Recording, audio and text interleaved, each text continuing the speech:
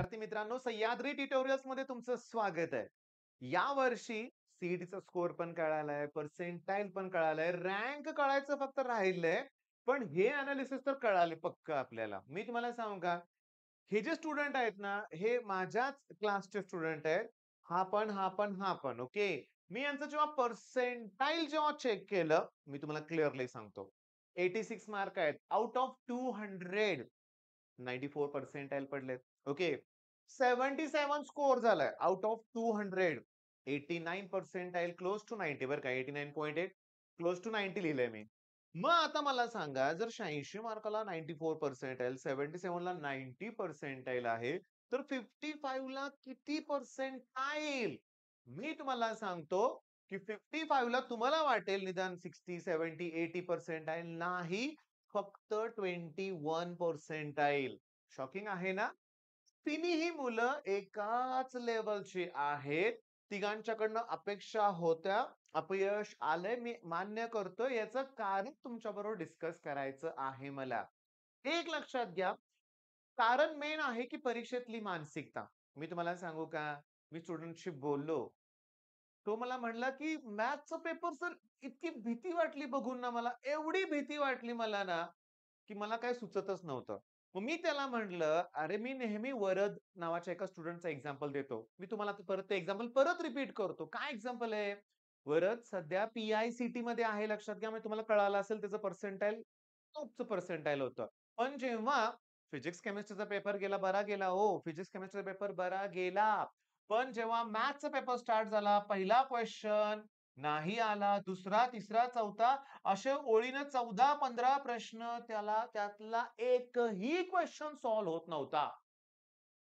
एकही question solve होत नव्हता. 14च्या 14 क्वेश्चन सॉल्व्ह झाले नाहीत. तणाव किती आला असेल? पण नंतर त्यानं केलं स्वतःला शांत. 10 मिनिटं पेपर अटेम्प्ट करायचं सोडून दिलं होतं. 10 मिनिटानंतर पुन्हा पेपर सॉल्व्ह करायला घेतला. तोपर्यंत त्यानं मनाची मानसिकता ठेवली होती, की काय? की हे अवघड संपलेत प्रश्न, आता नक्की सोपे असतील. पण हे मी त्या मुलाला सांगितल्यावर तो म्हणला, की "सर मी खूप प्रयत्न केला स्वतःला शांत करण्याचा, पण नाही जमलं, नाही जमलं." मी तुम्हाला शॉकिंगली सांगू का? की मॅथ्समध्ये सॉरी आता फिजिक्समध्ये 95 प्लस पर्सेंटाइल. ओके. केमिस्ट्रीमध्ये 98 पर्सेंटाइल. पण मॅथ्समध्ये सिंगल डिजिट जर पर्सेंटाइल असेल, तर ओव्हरऑल पर्सेंटाइल नाही चांगले आहेत. पालकांना वाटतं, "अरे एवढं पर्सेंटाइल इकडं आहेत. मॅथ्समुळे एवढा फरक पडतोय?" पडतोय फरक. मग आता मला सांगायचंय काय? क्लिअरली सांगतो लक्षात घ्या. अतिशय इम्पोर्टंट मला काय सांगायचं आहे. बरं दुसरं एक एक्झाम्पल देतो. पुन्हा आणखीन एक एक्झाम्पल देणार आहे मी हां. ए आणि बी. ओके. ए आणि बी या 2 स्टुडंटची नावं कोणाच घेणार नाहीये मी लक्षात घ्या. या दोघांना मॅथ्समध्ये 60 स्कोर आहे. अरे वाह! छानच, छानच. पण मॅथ्समध्ये एवढा स्कोर आहे. ठीक आहे बघा, काही प्रॉब्लेम नाहीये. पण फिजिक्स केमिस्ट्रीमध्ये या स्टुडंटला 87 च्या आसपास स्कोर आहे. आणि याचा अल्मोस्ट 31 का 40, 39 का 41 स्कोर आहे. ओके. मग याचं पर्सेंटाइल हे 95 पर्यंत गेले तरी पण. पण याचं पर्सेंटाइल याचं 99 पॉइंट विचार करू नका 99 पॉइंटच्या पुढे आहे, खूप पुढे आहे. ओके. बरं हे कशामुळे झालं? फिजिक्स केमिस्ट्रीचा पण अभ्यास परफेक्ट केलाय. म्हणजे मी असं म्हणत नाही, की मॅथ्स अवघड झाल्यामुळे पर्सेंटाइल कमी येतंय. नाही, आपल्याला ओव्हरऑल सगळा विचार करावा लागणार आहे. मी तुम्हाला क्लिअरली सांगू का? सगळे व्हिडिओ बनवताना माझे अनुभव जे आलेत ते तुमच्याशी शेअर करतोय. माझ्याकडे एक पालक आले होते भेटायला. त्यांनी काय सांगितलं बघा, टर्मरिक म्हणजे हळद त्याच्यावर बेस्ड क्वेश्चन होता. ओके. त्याच्या प्रॉपर्टीज विचारल्या होत्या. ओके. आता हळद कधी वापरतो तुम्हाला माहिती आहे. का वापरतो हे तुम्हाला माहिती आहे. पण हा सोपा प्रश्न त्या मुलाचा चुकला होता. गेला की नाही 1 मार्क. तो 1 मार्क खूप महत्वाचा आहे. पण मी मान्य करतो परीक्षेत तणावातनं चुका होतात. पण या स्टेजला काय केलं पाहिजे? आता सीईटीचा स्कोर इम्पोर्टंट आहे, मान्य आहे मला. पण पहिला रिझल्ट बोर्डचा लागतो. हां. अख्ख्या जगाचं लक्ष तुमच्यावर असतं. शेजारी-पाजारी सगळ्यांना तुमचा रिझल्ट पाहिजे असतो लक्षात घ्या. नातेवाईकांना तुमचा रिझल्ट पाहिजे. कारण 10वीत तुम्ही चांगले मार्क पाडलेत. मी आजच हा व्हिडिओ तयार करायच्या अगोदर एका पालकांशी बोललोय. 10th स्टँडर्ड बघा, 10th स्टँडर्डला 98 पर्सेंटेज. ओके. 2 वर्ष पुण्यात राहून एनडीएची प्रिपरेशन केली. ओके. ऑब्व्हियसली मग सीईटीसाठी वेळ नाहीच पुरवला किंवा तुम्हाला माहिती आहे एनडीएचा सिलेबस थोडासा वेगळाच आहे सीईटीपेक्षा. मग सीईटीला अतिशय कमी 3 ते 4 दिवस त्यांना वेळ मिळाला होता बरं का. त्या 4 दिवसाच्या अगोदर ते मला आले होते. मी त्यांना म्हटलं होतं, क्वेशन पेपर सोडवायला हवा. 1 ना 2 तरी सोडवायला हवा. त्यानं ते ऐकलं होतं बरं का आणि त्याला आता मिळालेत 86 पर्सेंटाइल. पण तुम्हाला माहिती आहे ना, मी तुम्हाला सांगू का? बघा ना, ॲक्चुअली बघा ना, 86 मार्कला 94 पर्सेंटाइल आहेत. 77 पडले तरी 90 पर्सेंटाइल आहेत.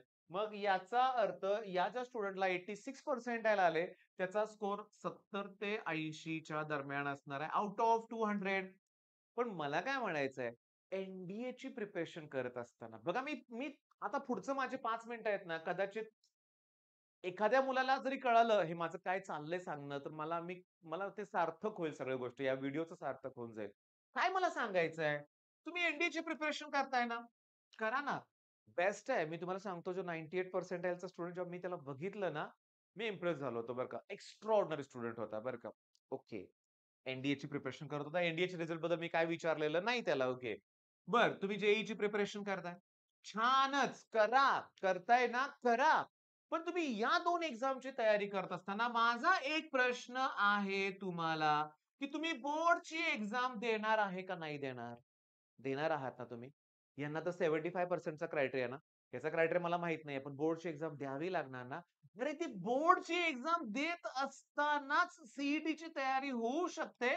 Physics plus chemistry. फिजिक्स थोडंसं अवघड वाटेल, पण केमिस्ट्री होऊ शकतं. लाईन टू लाईन क्वेशन असतात. तर एक हात जोडून तुम्हाला रिक्वेस्ट करतोय, की हे करा. पण 100% याला वेळ देऊ नका. इथं काहीतरी वेळ द्या. शेवटच्या महिन्यात होणार नाहीये ते. तुम्हाला आत्तापासून करायचंय. बरं केमिस्ट्रीमध्ये मी तुम्हाला सांगतो 50 पैकी 45 प्लस तुम्ही जाणारच हो. जाणारच लक्षात घ्या. जाणार. इतकं सोपं आहे केमिस्ट्री. बरं, आता बोर्डसाठी मी तुम्हाला सांगतो, की पहिल्यांदा टेक्स्ट बुक मधले करा रे सगळे प्रॉब्लेम, सॉल्व्ह प्रॉब्लेम करा, एक्सरसाइज मधले करा. एवढं जरी केलं, तुम्हाला प्रत्येक फॉर्म्युला येत असला ना, तर फिजिक्सचे तुम्हाला सांगू का, अरे 30 तरी प्रश्न आरामात सॉल्व्ह होतात रे. फॉर्म्युले ट्विस्ट करायचे असतात. हां, आरामात नाही होत मान्य करतो, तोंडातून गेला शब्द माझा. केमिस्ट्रीमध्ये 40 पडले, ह्यात 30 पडले, 70 पडले. आणि मॅथ्समध्ये मी तुम्हाला सांगू का, आता एन-डी-एची प्रिपरेशन करणारा मुलगा मॅथ्स करणार नाहीये का? ते तर त्यांचा मेन सब्जेक्ट आहे. जे-ई-ची तर हायर लेव्हलला मॅथ्सची तयारी करणार. मग सी पण जमेल की नाही बाळांनो? म्हणजे या स्टेजला काय होतंय, की मला मला ना हे असे रिझल्ट नको आहेत, की 10वी ला 98 पर्सेंटेजचा मुलगा सी-ई-टीला 86 पर्सेंटाइल वर नकोय मला. नकोय. पर्सेंटाइल हायर पाहिजेत. मग आता इथं काय केलं पाहिजे? मी तुम्हाला सांगतो. ॲप्लिकेशन्स भरपूर आहेत. टेस्टमध्ये प्रॉब्लेम सॉल्व्ह करून दिलेत. आता खूप चांगले ॲप्लिकेशन्स आहेत. पण मिस्टेक्स त्यात तेवढ्याच आहेत. ओके. बरं पब्लिकेशन्स पण खूप आहेत. वाचून कळणार नाहीये.